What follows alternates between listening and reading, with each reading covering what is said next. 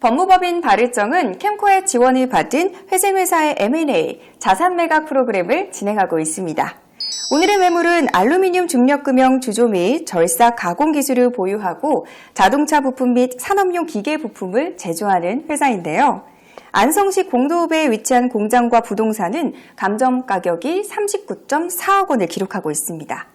주요 특징을 살펴보면 매입 후에 필요시 세일앤리스백을 통해서 안정적인 임대 수익 창출이 가능하고요. 또 추후 지가 상승 시 차익 실현이 가능한 물건입니다.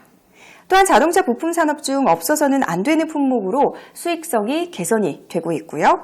매출 안정성을 감안시 회사 전체에 대한 M&A도 가능합니다. 최근 인구 감소로 인해서 사립학교의 파산 문제가 대두되고 법무법인 바르정에도 이런 연락들, 자문들이 많이 온다고 해서 오늘 주제는 사립학교 법인 파산으로 정해봤습니다. 인구 감소로 인해서 사립학교에서 임금 체불 문제가 발생하고 있다는 소식을 좀 들었는데요. 김용현 변호사님 함께 모시고 이야기 나눠보겠습니다. 안녕하세요. 네, 안녕하세요.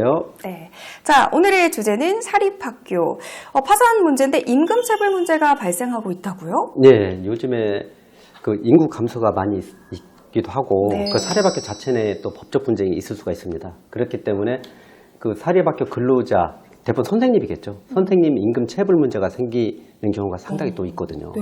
예. 아니 선생님들 임금 체불. 네, 그게 그 대부분의 임금은 교육청에서 지원을 해주는데 네. 이게 이 사는 것은 약간 독특한 게 이게 부당 해고를 한 거예요. 부당 해고를 했는데 현재 예상치 못한 추가적인 임금 체불 채권이 생긴 거죠. 그래서 그 임금을 못 받은 일부 선생님들께서 그 학교 재단을 상대로 이렇게 파산 신청을 하는 경우가 있습니다. 그렇군요. 예. 사립학교에서 임금 체불 문제가 발생을 했을 때 법인 파산 신청 절차들은 좀 어떻게 진행이 되고 있을까요?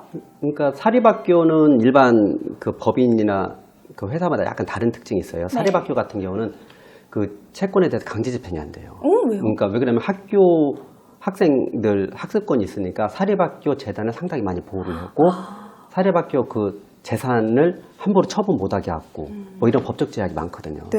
예. 그래서 그 보통 저희들 같은 경우도 그 사립학교 재단에 대한 채권자들 입장에서는 어떻게든지 이 회사를 파산을 시켜서 더 이상 그 사립학교 인허가를 취소시키고 인허가를 취소시키면 그 사립학교에 있는 그 학교 재산 이것이 처분이 가능해지거든요. 그러면 공부한 학생들은 어떻게 되는 거예요? 그래서 보통 법인 파산 신청을 하면 법원에서도 사립학교 재단 같은 경우는 상당히 심각한 문제로 쳐다보죠. 그렇죠. 그래서 웬만하면 파산을 안 시키려고 노력하겠죠. 뭔가 이해관계가 선생님들, 그러니까 임금 체불이는 선생님들과 그 재단 측의 문제가 아니라 학생들도 있으니까. 학생들 피해도 크잖아요. 그리고 또 거기에 관련 없는 현재 종사하고 선생님도 문제가 크니까 어떻게 하냐면 그 최근에 저 강원도 쪽에 한중대학교인가 거기가 법인 파산이 된 적이 있어요.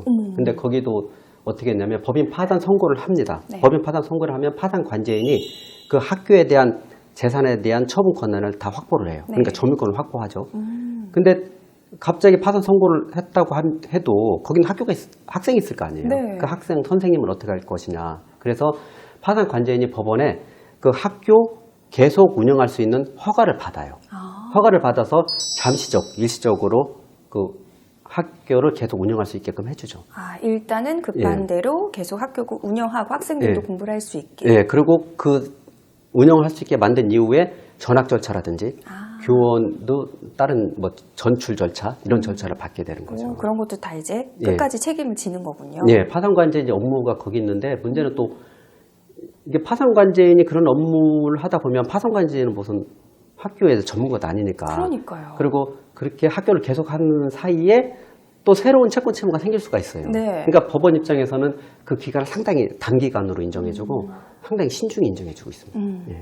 그렇다면 교육청에서 이 사립학교의 법인 파산에 대한 자문도 좀 요청을 하고 있나요? 어때요? 지금 제가 예전에 무슨 자문을 받았던 내용이 뭐냐면 정부에서도 이게 인구 감소로 인해서 사립학교를 어떻게 처리할까 지금 상당히 고민을 많이 하고 있어요. 그 대표적으로 우리가 대학교만 생각하는데 사립유치원, 사립초등학교, 사립중학교, 사립고등학교, 사립대학교, 사립학교가 엄청 많습니다. 그리고 인구 감소로 인해서 가장 직격탄을 맞는 게 지금 사립유치원이죠.